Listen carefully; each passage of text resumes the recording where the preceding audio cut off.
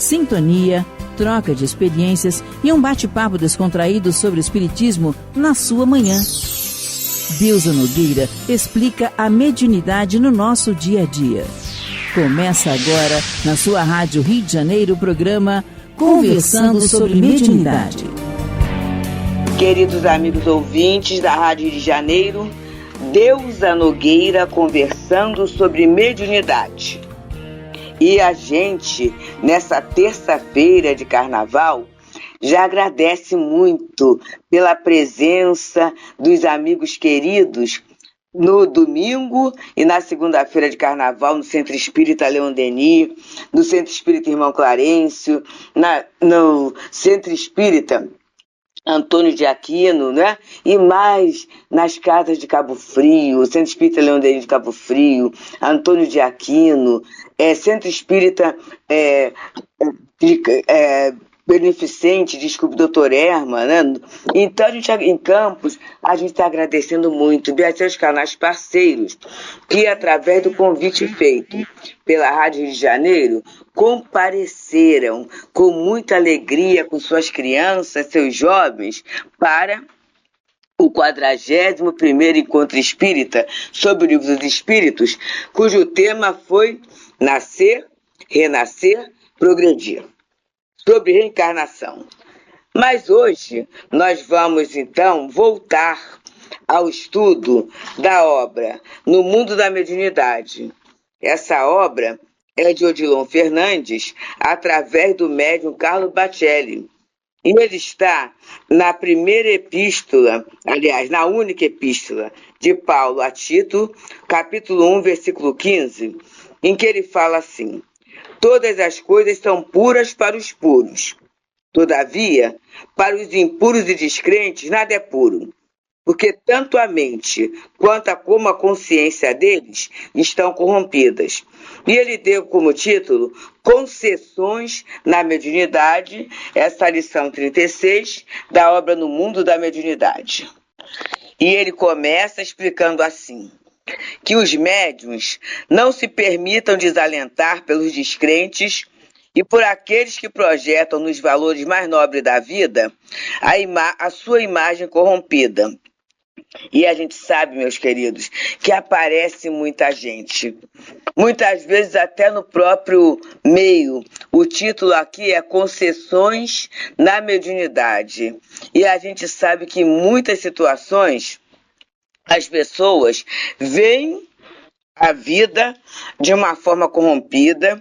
A partir daí, né? Nada tem problema, há um rigorismo muito grande, está havendo igrejismo, está assim, está assado, e a gente acaba passando por grandes dificuldades. Nós, médiuns, passando por grande dificuldade.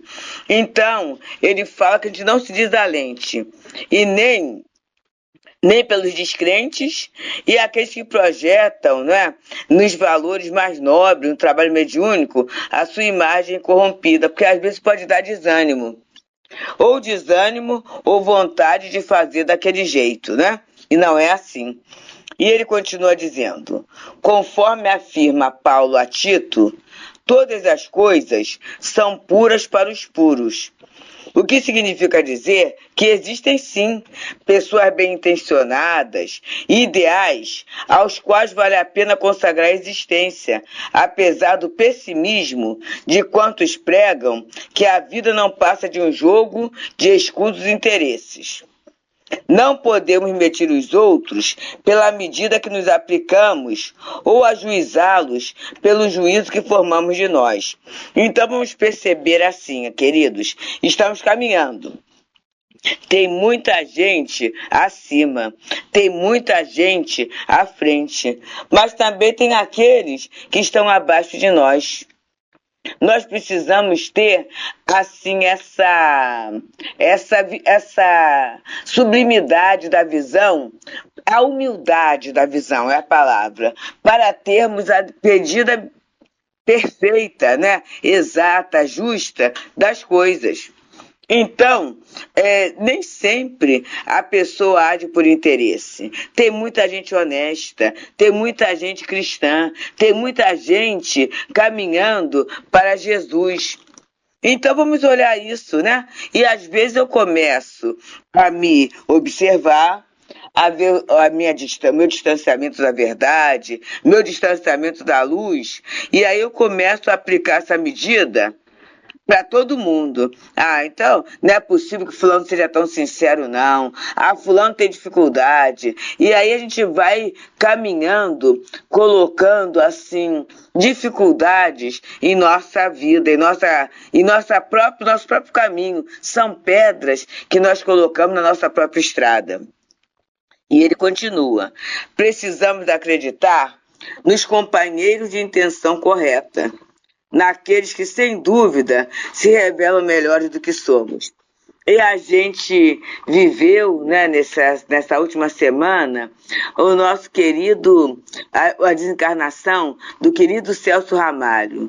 Gente, que pessoa, sabe? Um companheiro pautando pela simplicidade, não tinha as extremas ilustrações acadêmicas, mas irmão muito sincero nas intenções, no respeito com que tratava todos nós, na fidelidade, no cuidado, no carinho pela casa. Precisava ver quando ele mandava, né, o seu recadinho para nos convidar para trabalhar no curso de Psicologia e Espiritismo. Sempre de forma assim muito amena, e se houvesse alguma impossibilidade de trabalho, ele entendia, ele desculpava, organizava, não, ele nos tranquilizava. É isso. Então são pessoas de intenção correta, bem assim como a sua esposa, a nossa Miriam Ramalho, né? Sempre trabalhando na evangelização, trabalhadora desde das primeiras horas, nos encontros do Livro dos Espíritos, como esse que a gente está vivendo nesse momento, ela sempre trabalhando na questão da infância, né? No trabalho de evangelização, que é muito elaborado, tem muitas questões. Então, olha só, meus amigos, olha só, são pessoas que já tiveram conquistas que muitos de nós não temos. E a gente tem que acreditar neles para a gente até ver que é possível. Eu lembro a Miriam uma vez falando assim: eu tenho muito, a casa ainda me prende muito. Eu gosto de sair, deixar minha casa toda organizada, tudo isso. Parece que não, meus amigos. Mas para nós é um incentivo, por quê? Porque às vezes a gente fala assim: meu Deus. Ou a gente fala que não pode ir à casa espírita, porque não dá para deixar a casa desarrumada. Ou então, a gente deixa a casa toda desarrumada para ir para a casa espírita. São duas situações muito complicadas, né? Muito complicadas. E aí a gente encontra quem consegue fazer isso. E para mim foi um exemplo, foi um estímulo muito bom. Então, amigos, vamos respeitar e até ter como, vamos dizer assim, como estímulo, né? Esses amigos da nossa vida, que estão melhores, né? Que já conseguiram um nível de organização, de equilíbrio melhor. E aí, Odilon Fernandes continua nos dizendo: a desconfiança excessiva é um estado patológico da alma, é doença psíquica. Então, essa desconfiança, muitas vezes, é por uma insegurança, é medo, às vezes até é inveja, né? É, assim, insegurança mesmo em relação às minhas possibilidades. Então ele diz: a desconfiança excessiva é um estado patológico da alma, é doença psíquica. Quem trabalha na mediunidade com desprendimento, persistindo no bem a fazer, convencerá a si mesmo quanto à grandeza da causa que abraça. Então, olha só, gente, o trabalho mediúnico, graças a Deus, é um trabalho voluntário, né? Graças a Deus, é um trabalho que exige dedicação e disciplina. Sabe que eu agradeço muito a Deus isso? Porque se fosse alguma coisa para eu ir a hora que eu quisesse, do jeito que eu quisesse. Quando não tivesse alguma coisa mais interessante a fazer, honestamente, amigos, para mim não serviria não.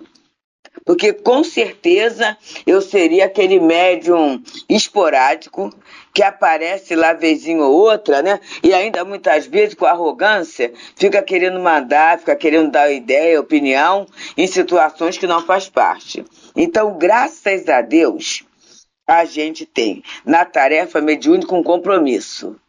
Um compromisso que tem que ser cumprido, com horário, com disciplina, né? 2 faltas, a gente já vai ficar do lado de fora da tarefa. Então, tudo isso é muito bom até para a saúde da gente, porque é assim, né, meus amigos? Ah, mas se ficar doente, se acontecer um problema. Mas a gente se programa para não ficar doente e não acontecer problema. Acontece, acontece. Mas graças a Deus, a gente está desde 17. Estamos a 72, com 72 de idade. Ao longo desse tempo, pode contar nos dedos as vezes em que a gente faltou. Então isso é muito bom, não é? Porque dá a gente uma força, dá a gente um equilíbrio, dá a gente uma postura, dá a gente uma noção da grandeza da causa, não da nossa grandeza. Porque quando eu quero que os meus caprichos sejam atendidos, quando eu acho que eu posso tudo, porque eu tenho tarefas mais importantes que o outro, eu estou maior do que a causa, eu sou maior do que o trabalho. E essa movimentação toda nos diz o contrário, né? O trabalho é maior do que nós. E aí continua Odilon Fernandes falando nesse parágrafo aqui, que para mim ele é a cereja do bolo desse tema. O tema é Concessor na Mediunidade, lição 36, do livro No Mundo da Mediunidade, Odilon Fernandes escrevendo através do querido médium Carlos Bacelli, e ele fala assim: todas as coisas são puras para os puros, todavia, para os impuros e descrentes, nada é puro, porque tanto a mente como a consciência deles estão corrompidos. É uma carta de Paulo a Tito, capítulo 1, versículo 15. E ele continua falando assim: o Espiritismo é uma doutrina corajosa, que não se intimida de falar que no mundo odierno existe lugar para a fé que se alia à razão. Ensinando o desapego, é uma doutrina que colide frontalmente com os interesses imediatos da criatura. Eu vou parar no meio do parágrafo, gente. Quando ele fala, eu gostei muito, que o Espiritismo é uma doutrina corajosa. Por quê? Ele fala da fé aliada à razão. Qual é a doutrina que fala isso, gente? Fé aliada à razão. Se fala assim, mas doutrina é questão de religião, é questão de fé, né? Ou então a gente fala, né? Mas doutrina, a ciência é com a razão. A ciência é com a razão. A doutrina não tem nada a ver com razão. Mas a doutrina, ela é corajosa porque ela propõe uma fé raciocinada. Isso é uma coragem. Ela ensina o desapego, né? Então vai colidir com o quê? Com os nossos interesses imediatos. O que é isso? Em muitos momentos, os espíritos perguntam a Kardec: falais isso como homem ou como espírito? Pergunta isso como homem ou como espírito? E em muitas questões da nossa vida, a gente pensa assim: essa decisão que eu estou tomando, essa palavra que eu estou tendo, essa atitude que está me movimentando, é uma atitude que tem a ver a minha vidinha, o meu interesse imediato, ou eu estou decidindo, estou vendo as consequências dessa minha atividade, desse meu pensamento, dessa minha palavra, como espírito imortal? A gente começa a pensar nisso. Mesmo alguém pode pensar assim: mas você não está pensando nas tarefas assim. Estou pensando sim. Nesse momento que eu estou gravando aqui, deu cupim no meu escritório, eu tive que tirar tudo. Aí já veio a empresa, descupinizou, né? Então agora tem que colocar tudo no lugar. Vocês imaginem, meus amigos, o que é colocar toda a livralhada, todo o papel, todas as questões de arte do meu marido no lugar? É trabalho à beça. Mas eu estou aprendendo o quê? a organização. Estou aprendendo o quê? O desapego. Né? Eu já peguei uma série de livros que estão indo lá para o Teresa d'Ávila, para o Cedinho, inclusive toda a coleção de Deolindo Amorim. Está indo para lá, não é? Que a gente já leu e tudo. E a partir daí, eu vou ter outros desapegos também. Uma coisa interessante. Ajudando a uma casa e com certeza o meu espaço haverá de ficar mais leve, né? Mais livre, mais agradável. Então ela vai ensinando desapego de coisas e vai ensinando também o desapego de situações. Eu estou tão acostumado com isso, pois é, mas eu vou ter que largar o meu próprio corpo, as outras coisas, eu vou ter que largar também. Então eu vou ter interesses imediatos, vou ter sim, mas vou ter outros interesses mais remotos, mais para frente. Vou pensar mais no futuro, vou pensar na minha responsabilidade na construção desse meu futuro. E aí ele coloca, por esse motivo, tantos questionam a postura dos médiuns que são chamados a viver consoante o que pregam, meus queridos, na nossa própria casa, na nossa própria vida familiar. A gente é chamado a testemunhar o valor da nossa crença. Aquilo que eu estou pregando, a gente é chamado a ver isso. E ele continua. Os que concentram as suas esperanças na vida material não admitem que alguém possa tratar sobre a Terra de assuntos pertinentes a outra vida, sem que estejam, de alguma forma, explorando as pessoas de boa fé, deles fazendo meio de subsistência. Então é isso, né? Se eu só penso na vida material, se a minha posição, se o meu ideal, se o meu foco é sempre o imediatismo, é o presente. Aí eu começo a olhar assim, mas não é possível que fulano consiga viver tão desinteressadamente assim. Não é possível que fulano não receba lá, de uma forma escondida, alguma coisa para a sua existência, subsistência material. Não é possível. Por quê? Porque eu estou olhando o outro na ótica que eu tenho, né? Eu estou olhando o outro, ajuizando o outro pela medida que eu formo de mim mesmo. Se eu acho que eu não posso viver sem aquilo, como é que o outro vai poder? Então eu começo, muitas vezes, até a divulgar de uma forma maledicente a minha suposição acerca da vida do outro. E aí, Odilon vai trazendo para a gente os cristãos. Os cristãos eram questionados pelos opositores do Evangelho quanto ao verdadeiro móvel de suas ações. Eles, os opositores do Evangelho, não acreditavam no que os seus olhos viam, quando os discípulos do Senhor se consentiam imolar nos circos de martírio. Então ele fala assim, não é possível que alguém vai morrer por uma causa, sem ganhar nada. Olha só, sem ganhar nada. Então, eles eram assim, colocados na parede, a gente fala vulgarmente, né? Eram questionados quanto à autenticidade da sua fé. Aí Odilon Fernandes fala, quem não crê no que faz, não está disposto ao menor sacrifício para se sustentar na tarefa. Qualquer tarefa, gente. Estou aqui na organização do escritório. Se eu não creio na possibilidade do escritório estar organizado, eu paraliso. E como é que eu creio, gente? Visualizando o futuro. Por enquanto está quase tudo vazio, só estão organizadas as fotos e os documentos. E o material do culto do Evangelho no lar. Mas daqui a pouco vai estar tudo, né? Os meus livrinhos na ordem que eu gosto de ler, né? As apostilas certinho, então vai estar tudo certinho. Até o relógio, né? No lugar. Então tudo isso, né? Faz com que a gente se sustente. É um trabalho cansativo, é um trabalho não tão bom, mas a gente, não tão bom assim, porque vai ocupar tempo, mas a gente vê o futuro. E aí vamos pensar, eu estou vendo futuro na minha tarefa mediúnica, na minha tarefa na casa espírita? Porque se eu não ver futuro, eu não sustento. E eu vou borboletear de tarefa em tarefa, de casa em casa, sempre insatisfeita. E ele continua. Acautelem-se, pois, os médios, para que não se deixe contaminar pelos que infelizmente encontraram na doutrina um caminho para as suas rasteiras ambições.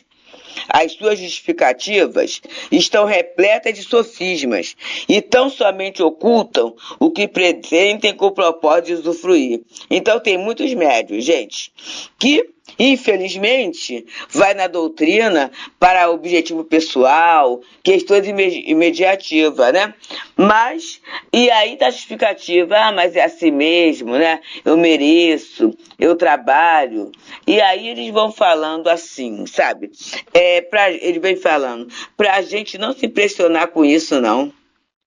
E pra gente ter cuidado para não, me perdoe a expressão, entrar na onda. A gente não pode entrar nessa onda. E ele continua.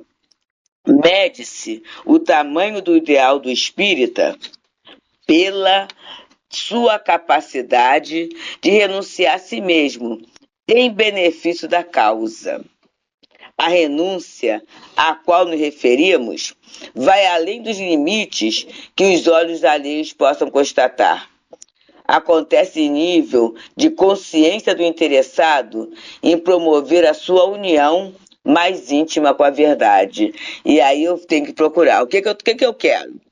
Qual é a minha verdade, né? Qual é a minha verdade? Quais são os meus valores? E aí, essa renúncia não é só das questões materiais, mas muitas vezes até de questões morais, de interesses morais, né? De situações que me trariam prazer, que me trariam uma alegria passageira, mas que comprometeria a vida do meu irmão, a vida da minha família, comprometeria até a visão que algumas pessoas vão ter da doutrina através de mim. Então, renunciar a uma discussão, renunciar muitas vezes até um relacionamento, algumas situações que muitas vezes podem ser agradáveis, mas complicadas. E ele continua dizendo que o medianeiro persista na integridade moral e não faça concessões a si mesmo, por menores que sejam, posto que quem cede no pouco acaba cedendo no mundo. É a concessão, né? Amanhã eu não vou faltar. Ou isso aí pode, né? Um presentinho daqui, outro presentinho dali, o que tem. E a gente vai de concessão a concessão, entrando na complicação. Me perdoe os irmãos a rima, né? Mas é isso, né? Então a gente vai cedendo aos pouquinhos e daqui a pouco cede no muito. E aí o Odilon Fernandes continua. A mediunidade, por si só, é tarefa assistencial das mais excelentes e não carece de gerar recurso financeiro, a pretexto de manter obras de caridade. Olha só, muito cuidado, né? Que às vezes é para caridade, mas se é para caridade, que seja dado para a casa, para a obra, não para o médium, tá bom? Esse cuidado, para a casa e para a obra, muito cuidado. E aí ele coloca assim, ele coloca para a gente assim. Quase sempre os recursos mencionados são desviados da finalidade com a qual se procura justificar semelhante atitude.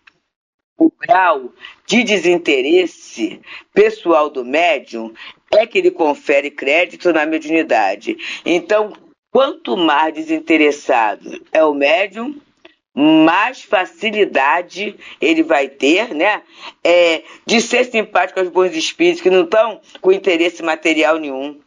E aí é o crédito da mediunidade. Chico Xavier, né, gente? Jamais ganhou 1 centavo por um livro psicografado por ele. Isso está crescendo credibilidade, meus queridos.